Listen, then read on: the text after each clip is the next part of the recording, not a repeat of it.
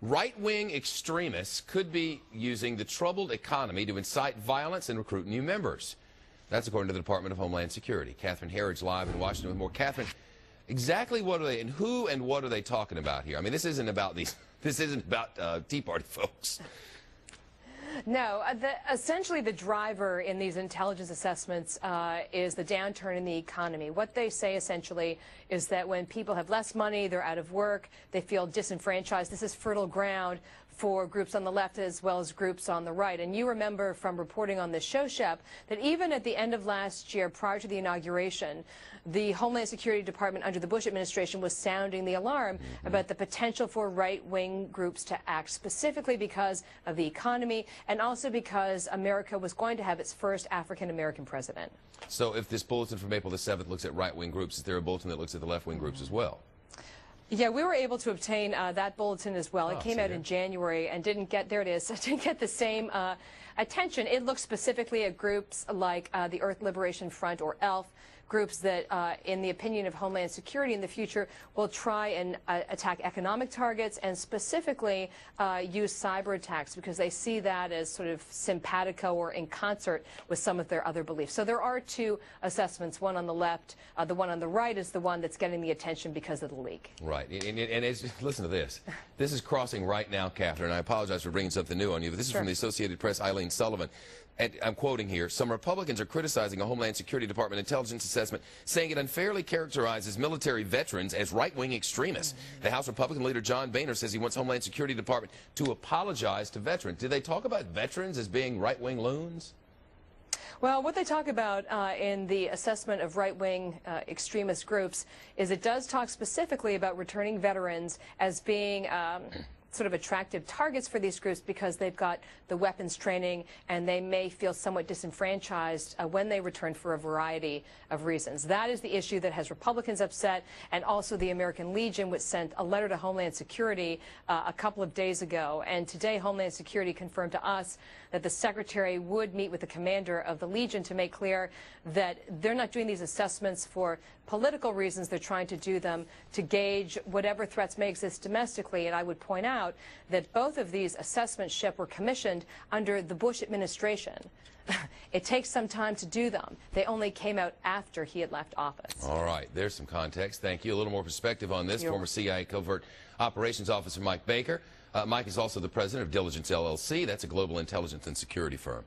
Sounds like a bunch of, I mean, it sounds like just regular old everyday people who are conservative just got, you know, got their dander up over something that is not like that. It really is. It's a little bit, unfortunately, it's a little bit what the Republicans on the conservative side have been doing now for a little while.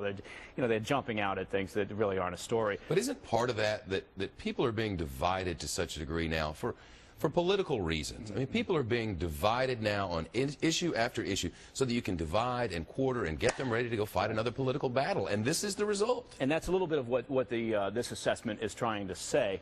And Catherine made a very good point. This is an apolitical group. The Intel and Analysis Group at DHS, which makes these assessments, they're not making them based on specific threat information. They're being tasked with looking at all the various possible concerns. So it can take months for them to get a report out. Now, they did one on the left, they did one on the right. They're going to be looking at all the potential concerns.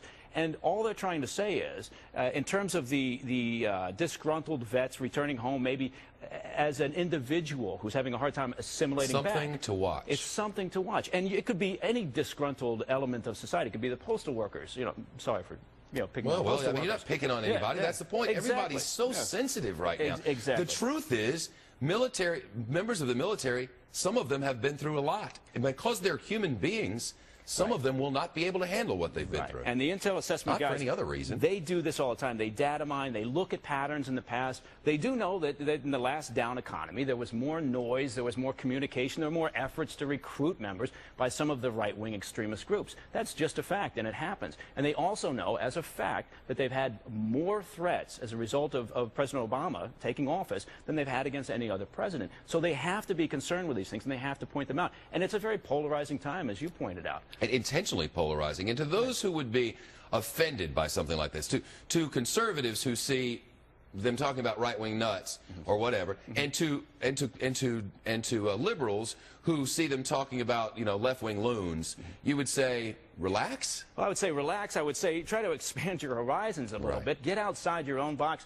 Pay attention to what's happening around you, and don't just pay attention to what satisfies your own concerns, because in a way that's what the right-wing extremist groups will do. They will look to, I mean, they're preaching to the choir for the most part, but when they do look for new members, right, they're trying to get a message out that they think will speak to a group that's already hearing that message and already pays attention to that message. So you're saying listen to views beyond the ones that are your own. Right. I mean, you know, I don't want to get off into Dr. Phil territory, but we'd all be a lot better off if we, just as a matter of fact, if all you did was read the, you know, one paper on the right, take the time to read a paper on the left. I have no idea what paper that might be, New York Times perhaps. But take a time to maybe just watch the news or read the news as opposed to views that you live and breathe on. Exactly. Have more than one source of information, unless, of course, that source is Fox News.